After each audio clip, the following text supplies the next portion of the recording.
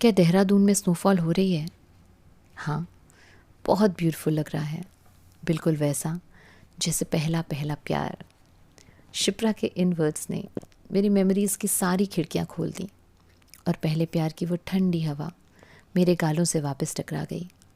मैं 10th standard में थी जब मेरे पापा का ट्रांसफ़र देहरादून हो गया। मैं अपने छोटे से शहर में अपने छोटे से फ्रेंड सर्कल में बहुत खुश थी। देहरादून जाने का ख्याल भी मुझे हॉन्ट करने लगा। नया स्कूल, नए लोग और मैं पूरी तरह इंट्रोवर्ट। कैसे मैनेज करूँगी? सोचती रहती और रोती रहती, पर क्या करूँ, जाना पड़ा। नए स्कूल में एडमिशन भी लेना पड़ा। 11th science. जैसे तैसे मैंने 1 महीना तो निकाला बिना एक भी दोस्त बनाए। यूनिट टेस्ट में मेरे मार्क्स, मेरे ग्रेड्स बहुत लो हो गए, तो मेरे पेरेंट्स ने मुझे पास ही एक कोचिंग सेंटर में एडमिशन दिला दिया। मैं जाती तो थी, पर खोई खोई सी रहती थी और वापस आ जाती। सारा वक्त अपने होम टाउन और अपने पुराने दोस्तों के बारे में सोचती। एक दिन कोचिंग में सर ने मुझसे एक सवाल पूछा, विच आई कुडंट आंसर ऑब्वियसली। मुझे डांट पड़ी और सब मुझ पर हंसे। मैं रोते हुए बाहर निकली। जब नेक्स्ट बैच में 12th स्टैंडर्ड के स्टूडेंट्स अपनी बारी का इंतज़ार कर रहे थे, आंसू पोंछते हुए थोड़ी आगे आई और एक बेंच पर बैठ गई और सोचने लगी कि ये कहाँ आ गई हूँ मैं। कितनी ठंड है यहाँ पर और यहाँ के लोग भी कितने कोल्ड हार्टेड। तभी पीछे से मुझे एक आवाज़ सुनाई दी, हेलो। मैं सोच भी नहीं सकती थी कि इस अनजान शहर में कोई मुझे पुकार सकता है, इसलिए मैंने रिस्पॉन्ड ही नहीं किया। उसने वापस मुझे आवाज़ दी, हेलो, ये आपका रुमाल है? वो ऋषि था और उस पल जो मैं उसकी तरफ मुड़ी, बस उसकी तरफ ही बहती चली गई। ये मेरा रुमाल नहीं है, मेरा रुमाल मेरे पास है। हाँ, पर जितना तुम रो रही हो, तुम्हें 2 रुमाल चाहिए होंगे। एक्सक्यूज़ मी, मैं रोती नहीं। ओह, तो तुम्हारे शहर में ये आंसू बहाने को स्माइल करना कहते होंगे, पर यहाँ देहरादून में इसे टीयर्स कहते हैं। And Pushpa, I hate tears. मेरा नाम पुष्पा नहीं है, तो क्या है तुम्हारा नाम? प्रिया। उसके हाथों से उसका रुमाल छीनते हुए और दुनिया का सबसे कोल्ड लुक देते हुए मैं घर आ गई, ये सोचकर कि कभी इस कोचिंग में वापस नहीं जाऊंगी। लेकिन ऐसा हुआ नहीं। 2 दिन बाद मुझे फिर वहीं जाना पड़ा, पर आज बात कुछ और थी। न चाहते हुए भी आज मेरी आंखें किसी को ढूंढ रही थीं। घर जाते जाते बार बार मेरे कदम रुक जाते और मैं पीछे मुड़कर देखती कि शायद वो दिख ही जाए। तुम्हारे शहर में रुमाल वापस करने का रिवाज नहीं है क्या?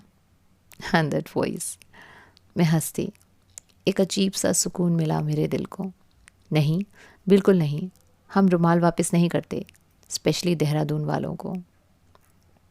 वो मुस्कुराया और उसकी उस स्माइल में वो वार्मथ था जिसने मेरी मायूसी का बर्फ़ हमेशा के लिए पिघला दिया। हम दोस्त बन गए। उसने मुझे पढ़ाना शुरू किया। Physics, maths, chemistry. He was an awesome teacher. मैं ढेर सारे डाउट्स लेकर जाती और वो एक एक करके सब क्लियर कर देता। उसने मुझे फिर से हंसना सिखाया, शरारतें करना सिखाया। मेरा खोया हुआ कॉन्फिडेंस वापस आने लगा। विदिन 5 मंथ्स मैंने स्कूल में ढेर सारे फ्रेंड्स भी बनाए और बहुत सारे कॉम्पिटिशन्स में पार्ट भी लिया। बहुत जल्दी मैं बहुत कंफर्टेबल हो गई। स्कूल में वो जिस तरह से किसी की परवाह किए बिना मुझसे बातें करता, मेरे गालों को खींचता, मेरी क्लास में आकर मेरा टिफ़िन बॉक्स चेक करता और अपने घर से एक्स्ट्रा गाजर का हलवा लेकर आता, क्योंकि वो मेरा फेवरेट डिश था। सबको यही लगता था कि हम दोनों में प्यार है, और शायद मुझे भी ऐसा ही लगता था। कहीं ना कहीं मैं खुद पर प्राउड करने लगी थी, क्योंकि मैं ऋषि की फेवरेट थी, जो सबका फेवरेट था। सी, विंटर्स आ गए। स्कूल में स्पोर्ट्स डे की तैयारी चल रही थी। ओए पीयू, तू आ रही है ना? कहाँ? कल मेरा मैच है। मुझे चीयर करने आ रही है ना?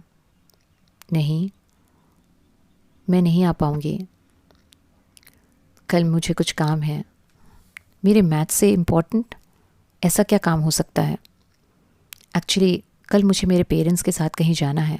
आई एम सॉरी, थोड़ा ज़रूरी है, पर बेस्ट विशेस है ना मेरी तुम्हारे साथ, अपने पास रखो, ठीक है? He stared at me and went away. पहली बार उसे इतने गुस्से में देखा था मैंने। एक्चुअली मेरा बर्थडे था and I had to spend my day with my parents.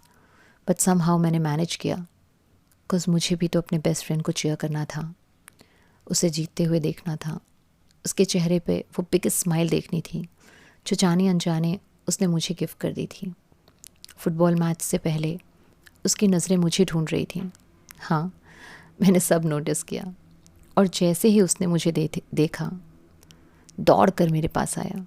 He said, मुझे मालूम था तुम ज़रूर आओगी. अगर आज तुम नहीं आती ना तो मैं तुमसे कभी बात नहीं करता. मैच शुरू हुआ. मैंने जी जान से उसकी टीम को चीयर किया, उसे चीयर किया. नोबडी कुड बिलीव कि एक इंट्रोवर्ट लड़की इतनी एनर्जी के साथ पूरे ग्राउंड में चिल्लाते हुए कैसे घूम रही है. फिर न जाने क्यों उस दिन उस वक्त मुझे सिर्फ वही दिख रहा था, उसके अलावा कोई नहीं. जब वो जीता, मैं भी जीती उसके साथ. He was so happy. प्रिया, मेरे साथ चलो, कुछ दिखाना है मुझे. सरप्राइज़. वो मुझे एक गार्डन में ले गया जो एक रेस्टोरेंट भी था. उसने मेरे लिए केक मंगाया and started singing happy birthday to you. तुम्हें क्या लगा मुझे पता नहीं चलेगा? तुम्हें तुमसे भी ज़्यादा जानता हूँ मैं. मुझसे कुछ छुपा नहीं सकती हो तुम. उसकी आंखों में मेरे लिए प्यार साफ दिख रहा था. मैं कुछ नहीं कह पाई. थोड़ा रुक कर मैंने कहा, इसमें क्या बड़ी बात है, मम्मी ने बताया होगा. और क्या? अच्छा, पर कुछ और भी बताना है मुझे तुम्हें आज, जो मम्मी को भी नहीं पता. क्या? My heart skipped a beat. Hey, snowfall. देखते ही देखते पूरा गार्डन वाइट होने लगा. मैंने पहली बार इतना ब्यूटीफुल नज़ारा देखा था, जैसे कॉटन बॉल्स हवा में फ्लोट कर रहे हों और ज़मीन पर धीरे धीरे गिर रहे हों. Amazing, amazing. मुझे इतना एक्साइटेड देखकर, बच्चों की तरह चहकते देखकर वो बहुत खुश था. सडनली ही केम क्लोजर, और पास, और मेरे चेहरे पर बिखरे हुए बालों को संवारते हुए उसने कहा, happy birthday. He kept looking into my eyes.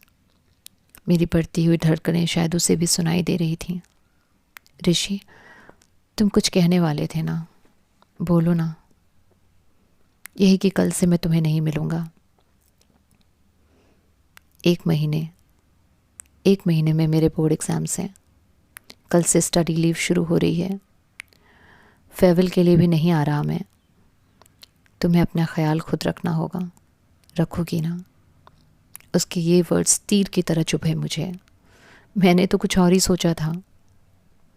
नहीं, वो तुम्हारा काम है, मेरा नहीं. तुम ऐसे नहीं जा सकते. उसके आसपास ना होने का ख्याल ही मुझे वापस अपने पुराने दिनों में ले गया. ऐसा लगा जैसे अचानक सब ख़त्म हो गया हो. इतने दिनों तक वो मुझे स्ट्रांग बनाता रहा, पर मैं एक पल में ही रेत की तरह ढह गई. हम वापस आ गए. रास्ते भर मैंने उससे बात नहीं की, पर उसका हाथ भी नहीं छोड़ा. उसे पता था कि मैं उससे प्यार करने लगी हूँ, पर उसके अपने प्लान्स थे, सपने थे, उसकी फैमिली की एक्सपेक्टेशंस, बहुत कुछ. 12th स्टैंडर्ड ख़त्म होने के बाद वो यूरोप चला गया. 3 साल हो गए हैं. हम कांटेक्ट पे तो हैं, पर कभी ना उसने कुछ कहा, ना मैंने कन्फेस किया. पर सोचती हूँ कि आज उसे कह ही दूँ कि सुन, तू है मेरा प्यार, मेरा पहला प्यार, मेरा स्नोफॉल वाला प्यार, मेरा विंटर सीज़न वाला प्यार. Yes, I love you. Good night.